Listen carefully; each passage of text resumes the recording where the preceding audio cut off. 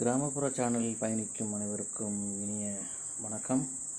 இன்றைக்கி உலகிலேயே விஷம் வாய்ந்த பாம்பை பற்றி நமது ஐயா குட்டி பேசுவார்.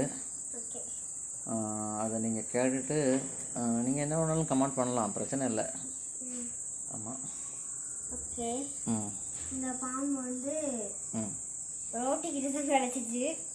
இது பொய் பாம்பு தான். இந்த மண்டையை பாருங்க. ஆமாம், நல்லா இருக்கு, அழகாக இருக்குது. இதோ இது ஃபுல்லாக பாருங்க. ஆமாம், இது இப்படி இதை ஏன் இப்படி சுட்டிச்சுங்கன்னா பாருங்க, இதுதான் இதோட ஸ்பெஷலு. மூவாய் போகும். அதான் அதனால தான் இது இப்படி மடக்கி வச்சுருக்காங்க. அப்புறம் இந்த பிளாக் மேம்பாவை பற்றி நீங்கள் என்ன சொல்ல விரும்புகிறீங்க? பிளாக் மேம்பா கடிச்சு 20 நிமிஷத்துல செத்தே போயிடுவோம். ஒரு ஆப்ரேஷன் இருக்கு, அந்த ஆப்ரேஷன் பண்ணாட்டி செத்து போயிடும். அது எந்த நாட்டில் ரொம்ப அதிகமாக இருக்குது இந்த பிளாக் மேம்பா? இந்த பிளாக் மேம்பா ஆப்பிரிக்காவில் அதிகமாக இருக்குது. இந்தியாவில் இருக்கா? இந்தியாவில் இல்லை. இந்தியாவில் கிங் கோப்ரா தான் இருக்குது. கிங் கோப்ராவை பற்றி நீங்கள் ஏதாவது 4 வார்த்தை? கிங் கோப்ராவோட விஷம் விஷம் ரொம்ப குட்டி வாய்ந்த விஷம் தான். எல்லா பாம்போட சேர்த்தா இது ரொம்ப குட்டியான விஷம் தான். ஆனால் அது கடிச்சு ரொம்ப உள்ள செலுத்தும். ஒரு பாட்டில் ஃபுல்லாகவே நம்மளுக்கு உள்ள செலுத்தும். 20 நிமிஷம் கிட்ட செலுத்தும் உள்ள.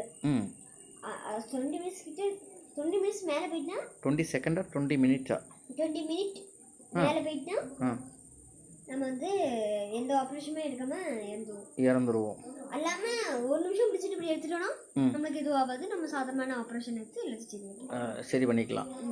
ஆனால் அந்த விஷம் கிங் கோப்ராவுக்கு மட்டும்தான் இருக்கு. அந்த விஷம் கிங் கோப்ரா மட்டும் தான் இருக்கு. நார்மலான கிங் கோப்ரா இந்த மாதிரி கிரீன் மாம்பா, பிளாக் மாம்பா, மற்ற எல்லா பாம்புகளையும் சாப்பிடும். அதோட கிங் கோப்ரானா அதோட குடும்பத்துல இருக்கதே சாப்பிடுறது. குஞ்சே அதே சாப்பிடுறோம். அதுக்கு சாப்பிடாது. அந்த பெரிய வேற எங்கேயாவது நடக்குதுங்களா பெண்ணு, அதை கடிச்சு சாப்பிடும்.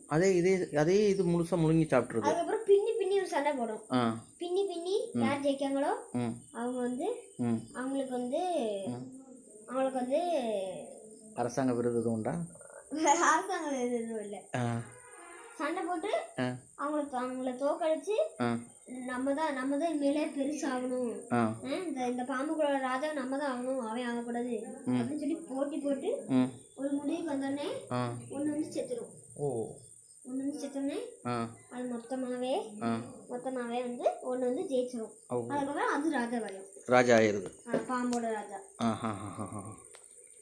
அதுதான், அதனால தான் அதை கிங் கோப்ரான்னு நம்ம அழைக்கின்றோம். ஓகே.